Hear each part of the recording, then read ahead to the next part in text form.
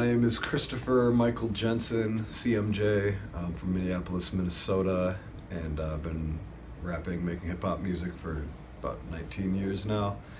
And I also host a monthly open mic at Fifth Element Record Store in Uptown Minneapolis every first Wednesday of the month, and I co-host and curate a monthly showcase at Can Can Wonderland in St. Paul every fourth Saturday of the month called Local Dope Shit.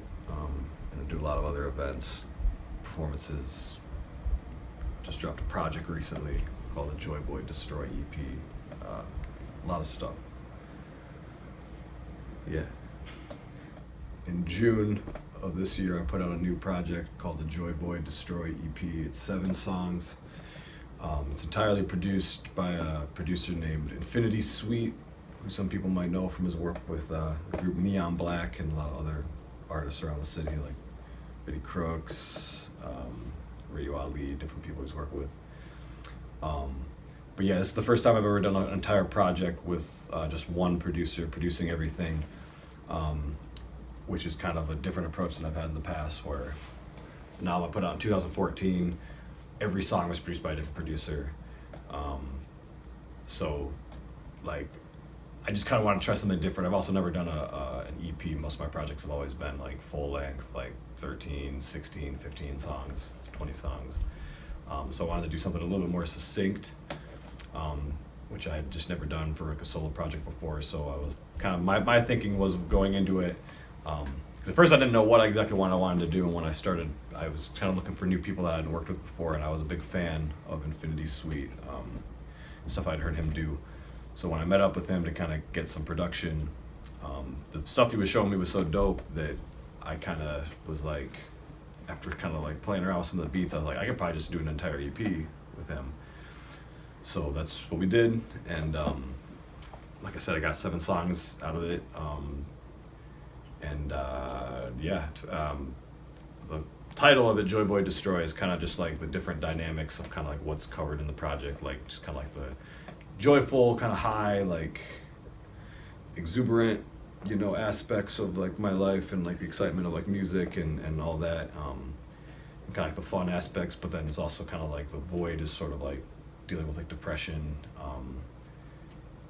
and just kind of like a lot of like the really like messed up things going on in the world, and like with politics, so there's like some political songs on there as well, and then Destroy is kind of like, you're kind of like, it's sort of like me like destroying like the bad things in my life, like kind of coming at like the combative aspect of it, and also another way to look at it is sort of like, if you let the void kind of consume you, you can be destroyed. So it's kind of like, it's all in the title, Joy Boy Destroy. Yeah, I did 2 lyric videos to kind of coming out the gate with it, and then like the first 2 like shooting scenes videos that I shot, one was for a song called The Purpose Defined, which is like a super like intimate, introspective, kind of more like ballad type of track, and then the flip side of like kind of the 180 of that was the video I put out after that for a song on the project called Again and Again, which is a much more like upbeat, kind of like get the crowd moving, put your hands up type of like, punchlines and braggadocious type of stuff. So I guess those 2 tracks are 2 of my favorite on the project, just and like I said, they're just drastically different. But like I said, all the songs on the project, like there's a different resonance with me, and I feel like the crowd and different people kind of, there's, well, like I said, what I've noticed is people kind of, depending on which one I do, I can always kind of see like sort of like a different dynamic going on in my sets, like with how the crowd interacts with it. So, yeah. Coming up in hip hop, I mean, especially in Minnesota hip hop, obviously Rhymesayers has been such like a big deal for, this state, underground hip hop just in general, independent hip hop, and what Rhymesayers has done for Minnesota is incredible, and I, looked up to, the people of that label for so long, and been such a big fan of their music, and like one of the things that's been dope that I've, seen them do is how much stuff that they've, different like avenues that they've opened up in the city, just with like what they've done, kind of help put Minnesota hip hop on the map, and especially with things like Soundset and what that's kind of done for the community. And one of the things that I've been is super dope that they've done too is that their record store in Uptown Minneapolis, Fifth Element, is, you know, they've utilized that as a space that people can, you know, in the scene kind of coming up can go to and participate in their open mic, which they've done kind of off again since like 2002. Like back then I wasn't even aware of it. The first time I ever went to it was when they relaunched it again, like at the end of like 2009. So coming up on just about 10 years ago now. And I remember that when I was kind of like, after I graduated from college and was like starting to go, like trying to get more into the scene in terms of like, okay, I want to start doing shows, I want to start meeting more people like in the scene, because like a lot of the distractions of my life with school and stuff, I was like, okay, now I'm just going to focus on music. And so I graduated in 09. When that open mic started at the end of 09, again, when they relaunched it, you know, I tried to make it a habit to go to that as much as I could. And so like I met a lot of people at that in the scene that I didn't know, a lot of people that were just kind of starting to get their foot in the door. You know, a lot of people that are doing stuff today in the scene, a lot I met at that open mic, like Acronym, you know, Lifted Minds, you know, North Star Wisdom, so many people I'm forgetting now, but I mean, just a lot of people in the scene. I mean, I was talking to somebody the other day about how they used to go to that when they were like kids, you know, way back before I was even going to it. Like, and so I've kind of noticed that that's been a big thing that a lot of artists have kind of like, it's been like a good showcase for artists, especially when they're first kind of getting into the scene, to kind of like meet people and showcase themselves for the first time. And so, like I said, I've just been trying to go to it as much as I can over the years, even as like I've gotten to do more things in the scene. I still like to go to it just to like participate and meet people and kind of see who the new people kind of around. And last year, I was talking to the people at the store, and the former hosts were stepping down, and so the opportunity kind of presented itself to have somebody new take it over. Because I think when I was talking to them, they weren't even sure if they were going to do it again. I think there was the chance that it was going to go on hiatus again. And I was kind of like letting them know, like, you know, if you need somebody that to, you know, help run it, and because I'd done a couple like guest host stints with some of the former hosts in the past a couple times, and so like that was always something that I really wanted to do if the opportunity presented itself, because like how much it meant to me and how much I knew it meant to other people, and kind of just knowing the possibilities that were there that we could make happen if given the opportunity to kind of like grow it and do different things with it. So they were definitely open to me doing that. And so like September of 2018 was when I first officially kind of took over as the full-time host. I brought my friend Logos the Critic on to help DJ it from the group Lifted Minds, who, like I said, they kind of came up in that open mic as well.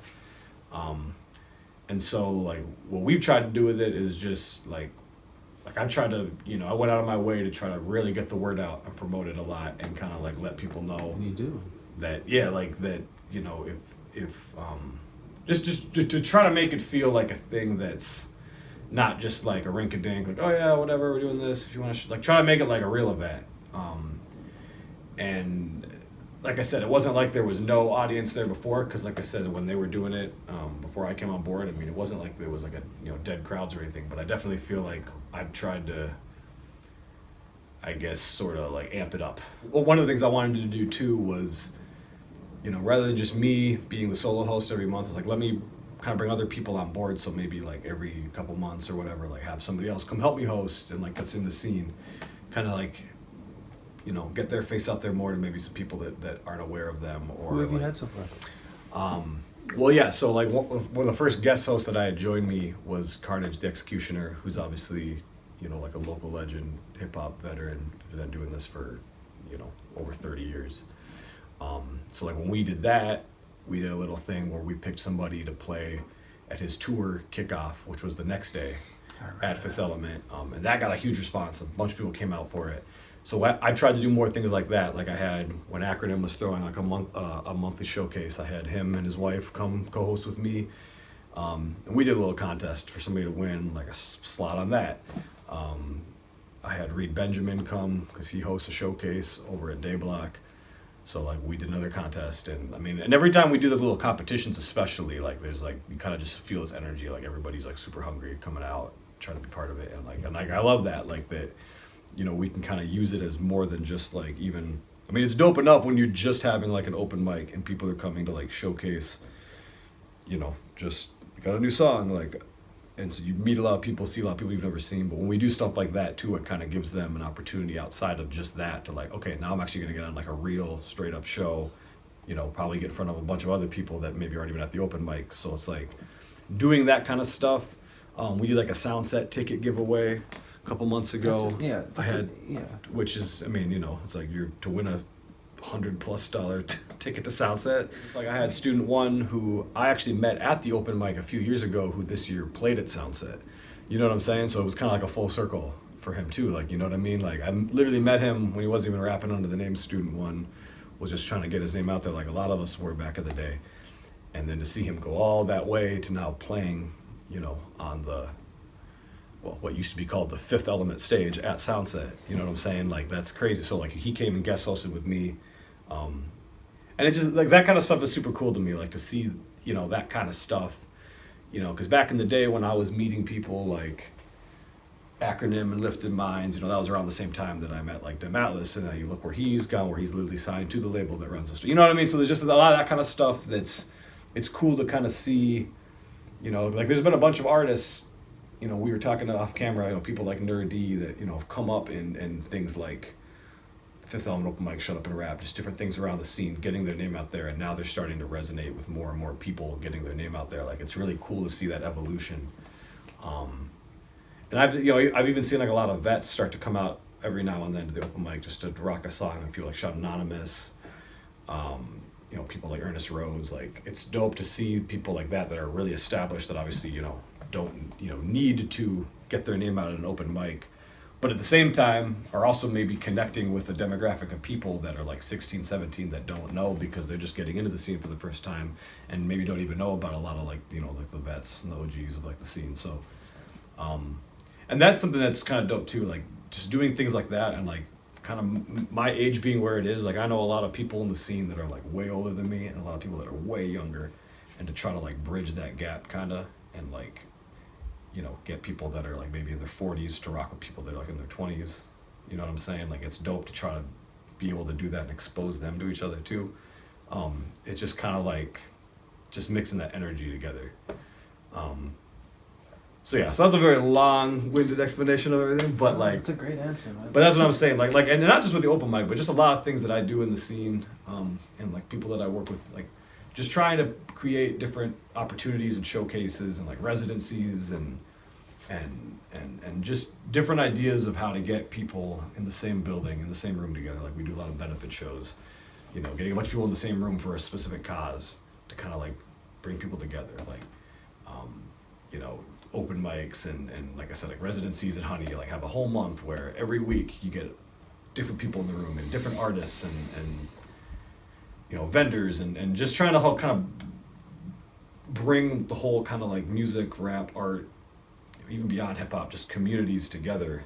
Like I said, like that's the kind of stuff that like makes a scene and not just a bunch of people looking out for number one, you know, like trying to just get famous and not giving a fuck about anybody else and what they're doing. Like try, like I said, supporting other artists.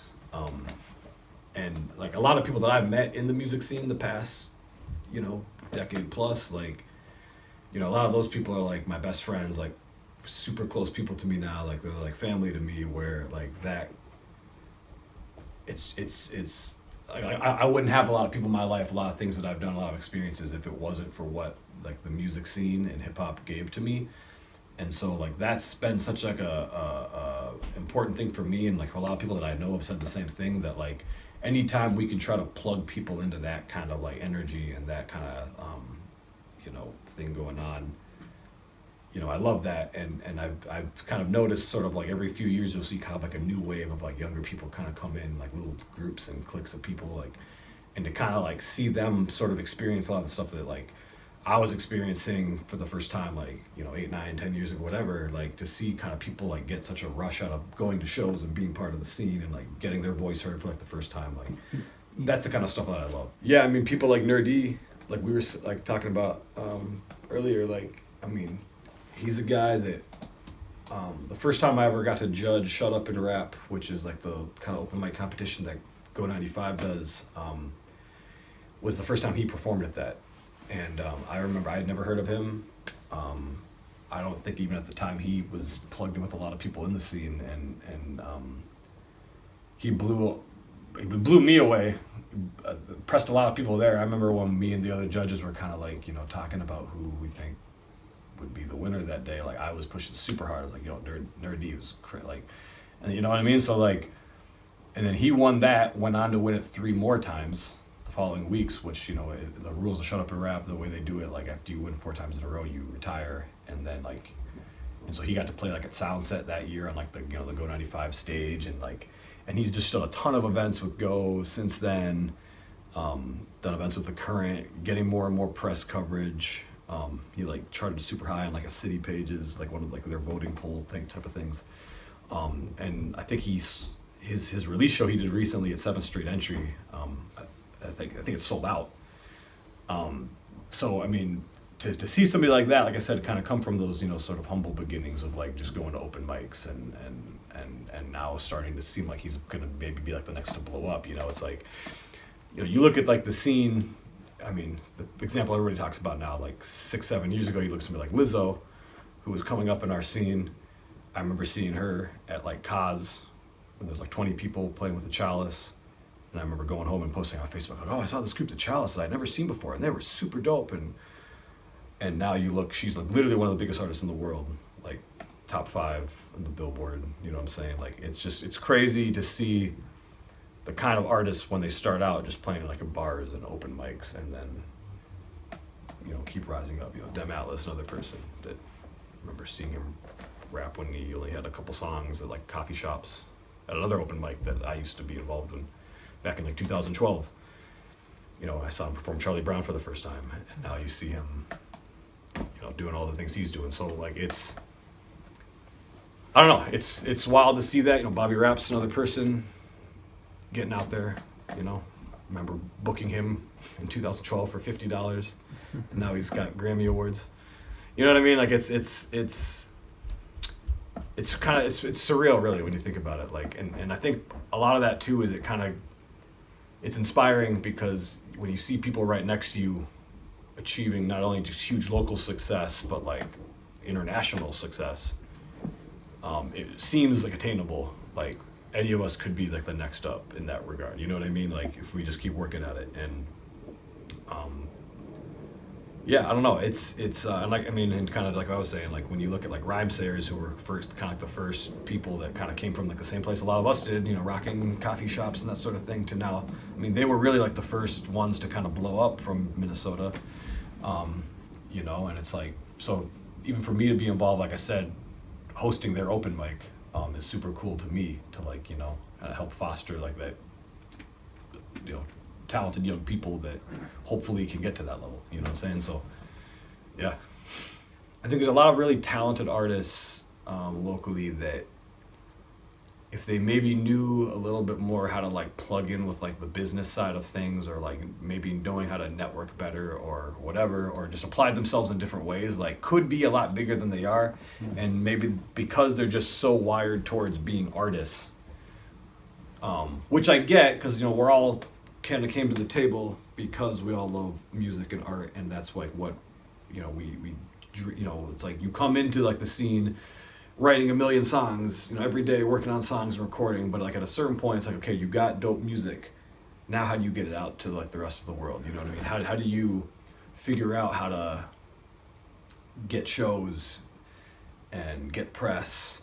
It wasn't just I'd see people at shows, I became like really good friends with people that I was meeting at shows. And then it's like when you're just around artists all the time, you're constantly just like, oh, hey, I should put you on this show, and oh yeah, I'm working on this thing, you should get involved with that, or we should collab. And it's like the more and more you do that, if you're really about it, and this becomes like the real like focus of your life and not just a thing that you kind of do on the side, like things will start to happen, and you'll start to go more and more places, and more opportunities present themselves. And it's like the people that can really like prioritize that and make that like, like your job, you know what I'm saying? Like if you really care about it and you want to keep moving up, like you would, like if you spend like 10 years at a company and you play the game, so to speak, like you're going to move up the corporate ladder. If you're in music, the more and more relationships you make, the more and more, you know, things you do with venues and different artists, and it's like, and really keep trying to like move up, and not just like move up in like a selfish way, but like if you really care about this so much, like you want to help other artists because they like their music speaks to you, or like what they brought into your life you appreciate, so you want to reciprocate it back. Like yeah, like it's just organic. I mean, everything has to be organic. Like you can't fake this type of shit. Like if it's, or I mean, having organic connections and relationships with people, and that's not even just a music thing, that's like a life thing, you know what I'm saying? It's like the more you help other people, you know, the more you're probably gonna get help, and the more like if you really care about shit, like, and it's like a real thing to you, and it's not just like this thing that you're doing like to chase clout or whatever. Like if you really care about music like as much as like I care about music, you're probably gonna make it like a thing that's dominates your everyday, day to day, you know what I'm saying? Like I mean, talking about Nerd D again, like I hear about him, like where I think I said his wife was saying, like they driving around the car, and every day he's like practicing songs in his car, and he's always writing new. It's like that's the kind of drive it takes, where it's got to be like just like an all-consuming thing. And like I said, for the artists that are really about this and really care about doing as much as they possibly can, like those are the artists that are gonna make it because they're so driven to do it. And if you can, you know, like I said, get out into the scene and try to meet people, other people are gonna pick up on that, and they're gonna want to work with you, and they're gonna want to do things. And as long as you're like a good person and you work hard, like I said, not everyone's gonna achieve the same levels of success, but like you're gonna go from, you're not gonna stay in the same place forever. You know what I'm saying? So, I don't even remember what the initial question was, but like just in terms of, yeah, man, like I said, and a lot of the events that we throw, like I said, like with Fifth Element, open mic, with like local dope shit, like we always tell people, like just come out to those. If you're trying to get in the scene more, come out to those types of things. Like, you know, even if we're not doing like little competitions where we're choosing somebody, like I'm always kind of like scouting out people, so to speak, where I'm like looking at who's kind of the new artists on the scene, like who's really about this, who's like asking me questions about like, oh hey, when's your next event, like because they really want to just be part of the scene. And those are the kind of people that keep coming to things and really show that they love this. Like those are the kind of people that like remind me of myself. And then it's like, yo, I want to help you because I can tell that you really love this. You're not just a dude that's like wants me to help him do blah blah blah, and then I'm never gonna see them. You know what I'm saying? So, and to be fair, also some people are gonna try to do this for a couple years and realize that maybe it's not for them, or they just want to have music be like a hobby, which is fine. But then you need to be realistic about that with yourself, where like, okay, I like making music in my house, putting a song up every once in a while, but it's never going to be more than that. And if you're okay with that, like that's fine, because like not everybody needs to be a rapper. You know what I'm saying? But like for the people that really want to do something with this, you know, strap in, because it's like you could, along the way you might lose a lot of money along the way just investing in things. You might, you know, a lot of sacrifices you have to make.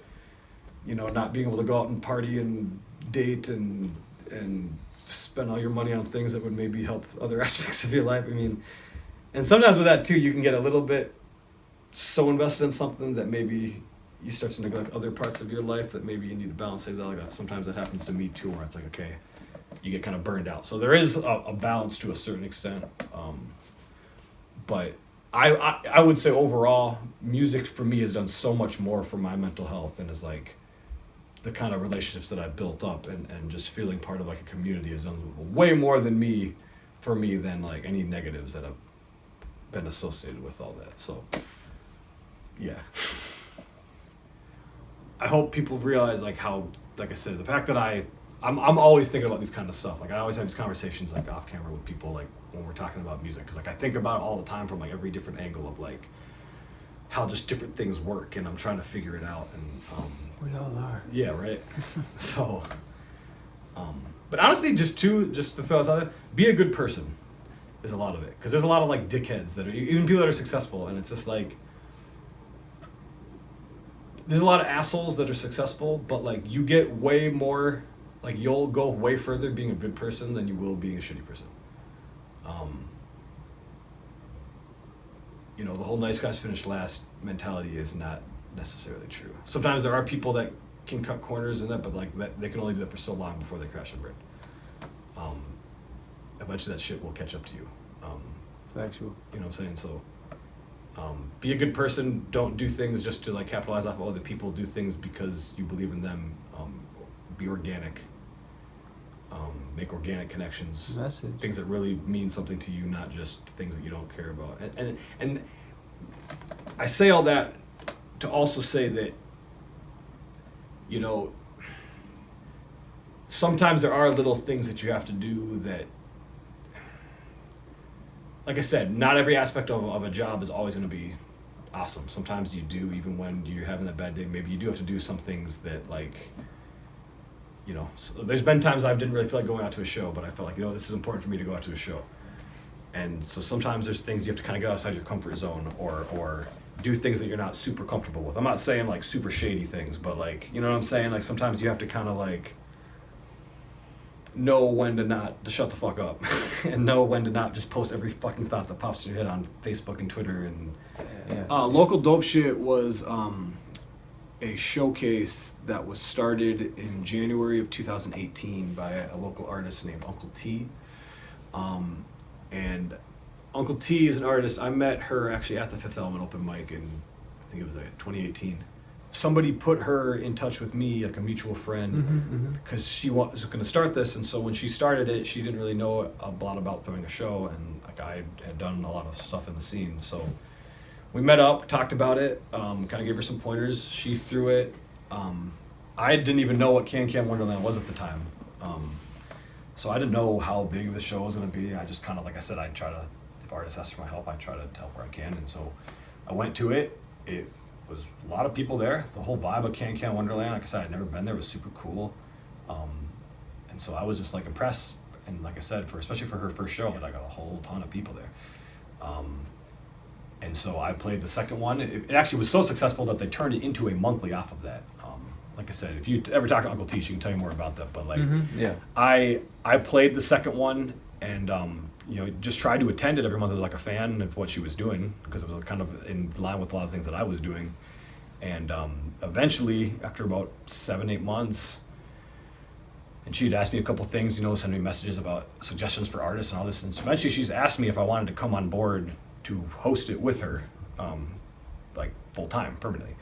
And I, like I said, I liked what she was doing, and I thought that'd be a cool opportunity. And so the first month that I started that was actually the same month that I started hosting the open mic at Fifth Element. So like those two things kind of came into my life as far as like me kind of like helping run these sort of community-based things like the same time, and kind of were able to like piggyback off of each other, which was cool. So I just kind of helped her. Like she had already built it up to a point, and I just kind of came in with, you know, sort of my history and experience and helped her build it up even more. So next September of this 2019 will be 1 year since we've been doing it together, a few months away from just the 2-year anniversary of In General. But basically what it is it's just a monthly showcase at Can Can Wonderland in St. Paul, which is, you know, we usually have about 5 artists, sometimes more depending on the format, but like artists will perform sets. Me and Uncle T host it. We do some songs too when we host. And then at the end of the night, we always do an open mic portion for whoever, you know, sticks around or is trying to get their foot in the door. Like I was saying earlier, like we try to offer that little opportunity for people to sign up. We've met a lot of people, people that have done feature sets at the show have kind of like gotten their foot in with us, met us through that open mic portion as well. So it's just another community type of thing where we try to like get artists that we know, a lot of people that are like really green starting out, but also a lot of vets, bring them together, and just another showcase where we can, you know, help, like I said, just put on another dope show for the scene. And that's what the wristband you were saying, that's the local dope shit. The other wristband is Rap for Life, which is a benefit series I used to do with my friend Ashley Sealer, that you've also been involved with in the past. So yeah, these are 2 things that like really important to me over the years, just different things that I've kind of put my time and energy and effort into, have had really positive impact on me in my life. I'm meeting new people, and I'm like meeting a bunch of young artists that weren't aware of me, and then I have like fans and supporters that I've, you know, thankfully picked up over the years. It's like, it's dope to kind of like be able to kind of bring all those people together. Like when I did my release show in June, it was like packed full of people I've known for years, people I just met, all in the same room. Like it was a super dope feeling and experience to kind of like, you know, have a show like that. I'm just thankful, really. I guess it's kind of the core of it. The fact that this has become my life, and like I said, the fact that I even can pay some of my bills now, which gives me more security to do this, where I'm not like stressing out about how am I gonna like keep being an artist, which is obviously not a complete, not like I don't have to ever worry about that, but like it's becoming more of like a so much essential part of my life where it's starting to literally pay off in physical financial ways as well. Which is obviously kind of like, I mean, honestly, that's like a dream come true too, just to be able to even like sustain yourself physically off of what you love, like, is really a huge gift. This is Christopher Michael Jensen. Shout out to Jube Osiris, Staring at the City. Peace.